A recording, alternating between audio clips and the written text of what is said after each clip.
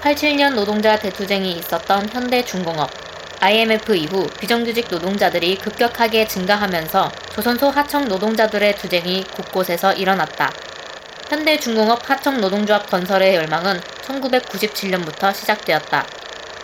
현대중공업 외주노동자 모임 결성을 시작으로 현중 사내 하청노동자 모임을 거치며 2003년 하청노동자들의 독자적인 대중조직 건설을 꿈꾸며 마침내 8월 24일인 현대중공업 사내하청노동조합을 출범시킨다.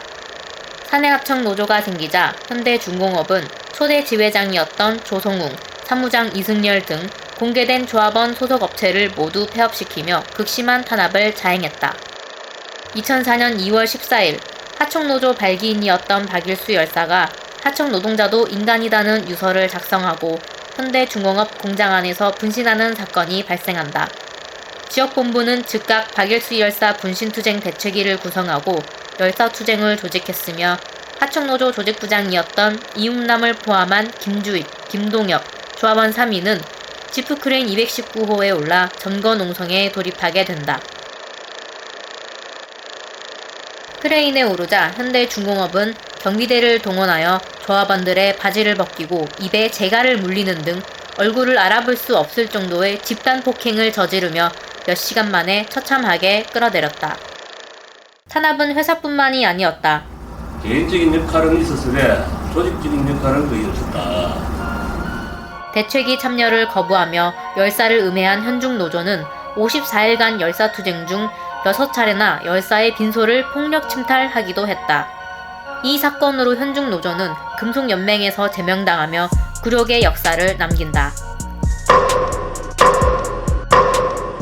열사투쟁은 하청 노동자들의 분노를 이끌어내며 소지공 하청 노동자 100여 명이 집단 가입을 하게 된다. 만약에 잘못되면 10년 후가 이런 케이스는 안 올 거라고 저는 지금 생각하고.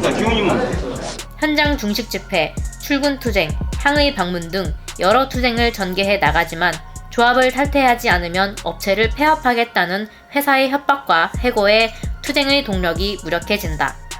당시 조합원들은 수년간 블랙리스트에 걸려 현대중공업뿐만 아니라 미포, 거제, 목포까지 취업을 할 수 없게 된다.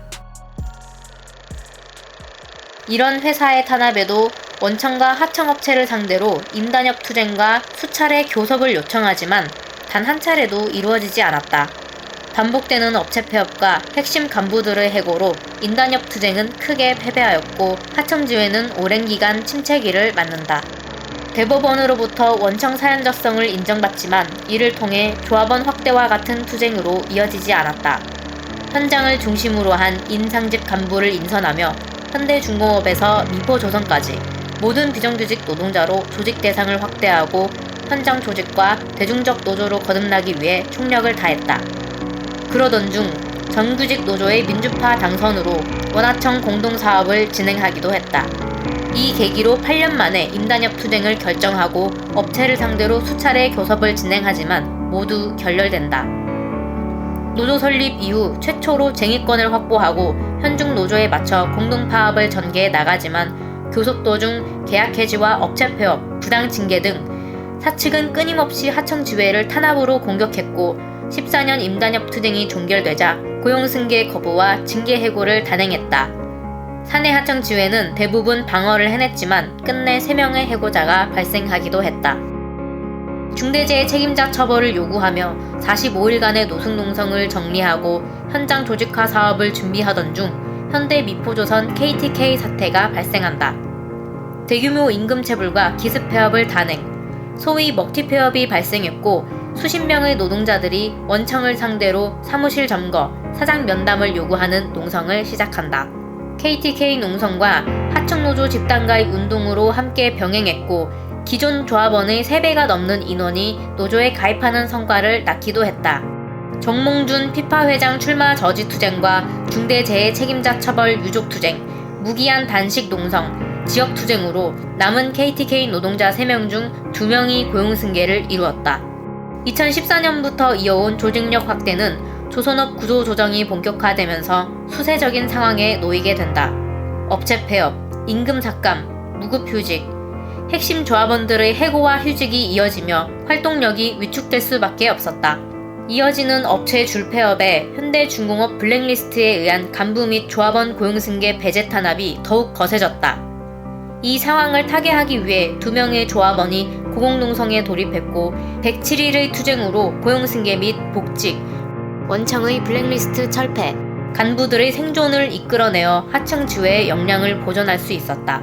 7월에 진행된 하청 노동자 요구안 총투표는 모든 사내하청 노동자를 대상으로 실시했고 정규직 조합원들의 쟁의 찬반 투표와 동시에 진행되었다. 2200명이 넘는 투표 인원이 99% 찬성으로 가결되며 이후 노조가입 집중선전전을 진행하지만 대대적인 노조가입 흐름을 만들어내지는 못한다.